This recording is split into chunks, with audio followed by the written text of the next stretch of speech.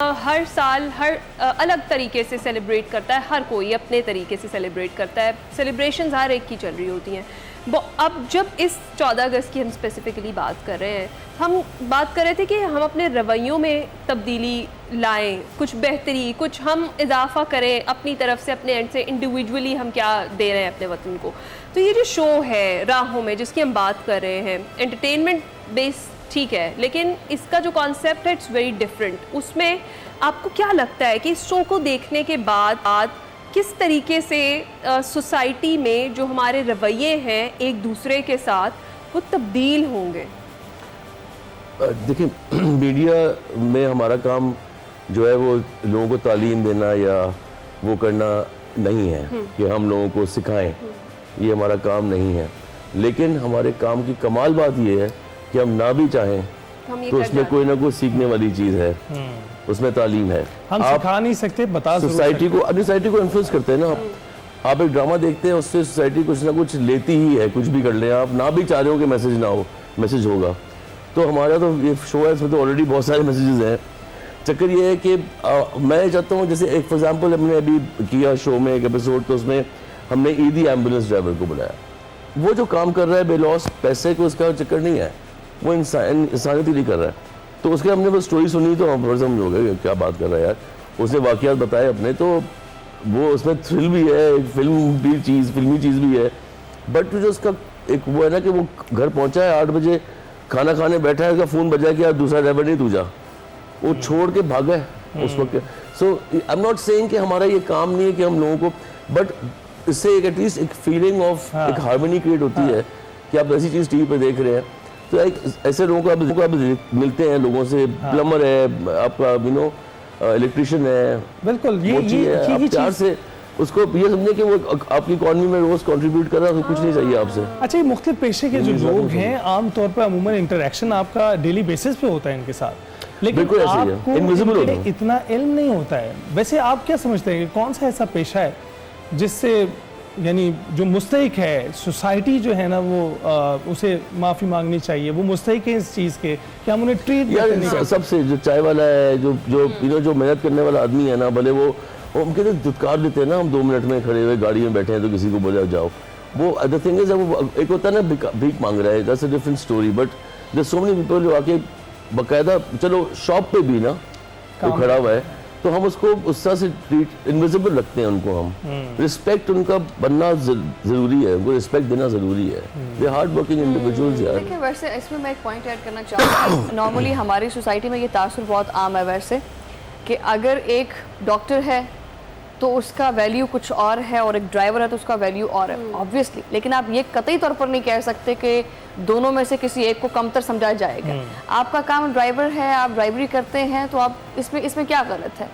मतलब कि कोई भी काम मैं समझती हूँ गलत नहीं होता, और उसको उसके काम की बुनियाद के ऊपर जज करना या उसकी रिस्पेक्ट ना करना, ये चीज़ हमारे इखलाकी तौर पर हमारे अंदर जो है ये भी तो है ना, अगर वो शख्स अपना काम ना करे और वो छोड़ दे तो फिर हमारे सारे काम रुक जाएंगे उसके पीछे। जिस पे ये जो हम खुद तो नहीं ईंटें लगाएंगे ना अपने घर को बनाने के लिए, हमें तो मजदूर चाहिए। या स्वीपर है तो वो नहीं आएगा, ड्राइवर है तो उसकी। अच्छा, वैसे मुझे ये जो राहों में प्रोग्राम है, इससे मुझे एक चीज़ समझ में आई है भी बैठे बैठे, जैसे हमारे मुताबिक टीवी चैनल्स के ऊपर जो है ना वो कुछ शोज चल रहे होते हैं और ऑडियंस में तो कुछ लोग बैठे हुए होते हैं और उनमें टैलेंट होता है और उनको माइक दिया जाता है, वो तो इसका मतलब है कि इस प्रोग्राम के जरिए उनको ऑब्वियसली एक प्लेटफॉम मिल जाएगा पूरा का पूरा, कि वो अपनी इजहार ज़िंदगी कर सके डेफिनेटली, और अपने बारे में बता सके लोगों को कि मैं सिर्फ एक चाय वाला नहीं हूँ, मैं पूरा एक वही बुराक ही बन सकता हूँ। अच्छा, यही चीज़ इसमें, यही कॉन्सेप्ट जो हम बार बार बात करें कि इसको प्रोड्यूस किया जिस शो को अभी आपने, क्या फिर हम ये समझे जितना पैशन इसको लेके हम आप में देख रहे हैं कि ये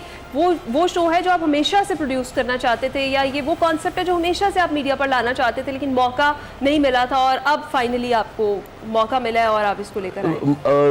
ये जब आइडिया आया था तो मैंने कोई भी जितनी भी चीज़ मैंने बनाई है जो चल गई हैं, फॉर एग्जांपल जैसे कोई शो चल गया मेरा, अगर या ताबिश का शो चल गया था, टू बी ऑनेस्ट, तो वो चक्कर क्या होता है कि वो पहले मैं एक उसका कुछ कर चुका होता हूँ, खाका कुछ डेवलपमेंट बजट निकाल के कुछ करा के अपनी जेब से लगा के मैं कुछ शूट करके देख चुका होता हूँ कि चल रहा है कि नहीं चल रहा। इस शो का मुस्तफा चौधरी जो है, उनसे मैंने 4 एपिसोड एक छोटे स्टूडियो में लाइव ऑडियंस के साथ हमने किए हुए थे रिकॉर्ड।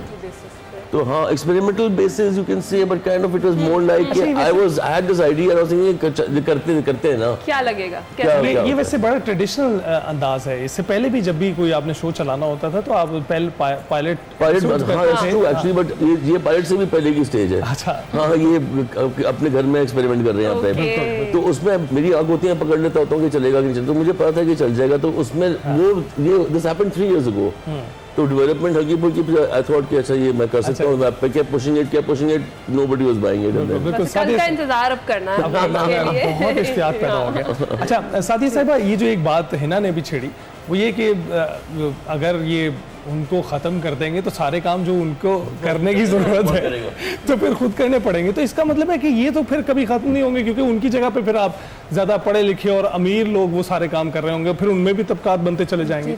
आपका क्या ख्याल है कि कितना ज़रूरी है कि आप उन्हीं को इज्जत दें, उन्हीं को वो मकाम दें जो उनका बनता है, वो जो डिज़र्व करते हैं? जी बिल्कुल। अभी देखिए, अगर मैं तो अपनी फील्ड के हिसाब से बात करूंगी कि हम जब जा रहे होते हैं तो हमारा भी एक पूरी एक टीम एफर्ट कर रही होती है, पीछे एक पूरा टीम वर्क होता है।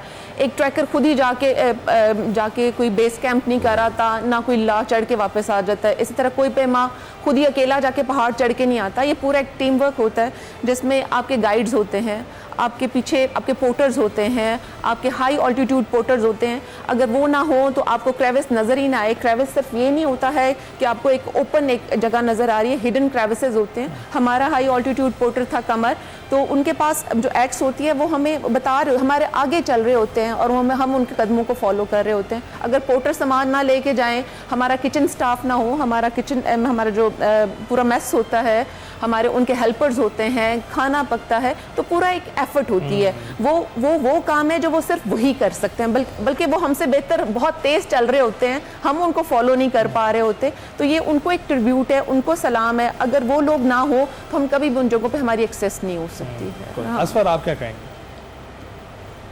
ज़्यादा कहने के क्या कहें, but just want to say that मुल्क तो जगहों से नहीं होते, मुल्क तो लोगों से होते हैं। अरे वाह।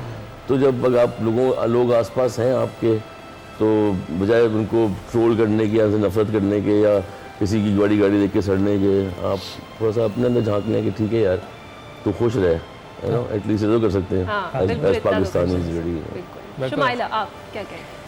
मैं यही कहना चाहूँगी कि हमेशा हम कहते हैं कि हमारे लिए क्या किया जा रहा है। सो बहैसियत कौम जो है वो हमें अपनी ज़िम्मेदारी का एहसास करना चाहिए, और एक कौम तभी बनती है जब वो अपनी ज़िम्मेदारियों का एहसास करती है डेफिनेटली। तो हमारे यहाँ बहुत से लोग जो हैं वो अगर किसी भी शोबे से वाबस्ता हैं तो कहीं ना कहीं बेईमानी जो है ना वो चल रही है हर जगह पे। तो अगर उन इखलाकी चीज़ों को बेहतर किया जाए, अगर बहैसियत पाकिस्तानी हम अपने अंदर जो भी कमियाँ हैं उनको दूर करें, तो हम एक बहुत अच्छी कौम बन सकते हैं। और जिस तरह से आपको अपने करीबी रिश्तेदारों से और आपको अपने माँ बाप से मोहब्बत होती है जो फितरी होती है, इसी तरह से वतन से मोहब्बत भी फितरी है। और इस वतन की हिफाजत के लिए जो हमारी पाक फ़ौज है जो कि हम वक्त तैयार है इसकी हिफाजत के लिए, हम उनको भी सलाम पेश करते हैं। और पाकिस्तान की तरक्की के लिए और इसकी खुशहाली के लिए जिन जिन लोगों ने कंट्रीब्यूट किया है हम उनको भी दिल से सलाम पेश करते हैं। और जितने भी देखने वाले हैं और आपको भी जहाँ पर बैठे हुए सभी लोग जो हैं उन सभी को एक बार फिर से जश्न आज़ादी मुबारक कहते हैं।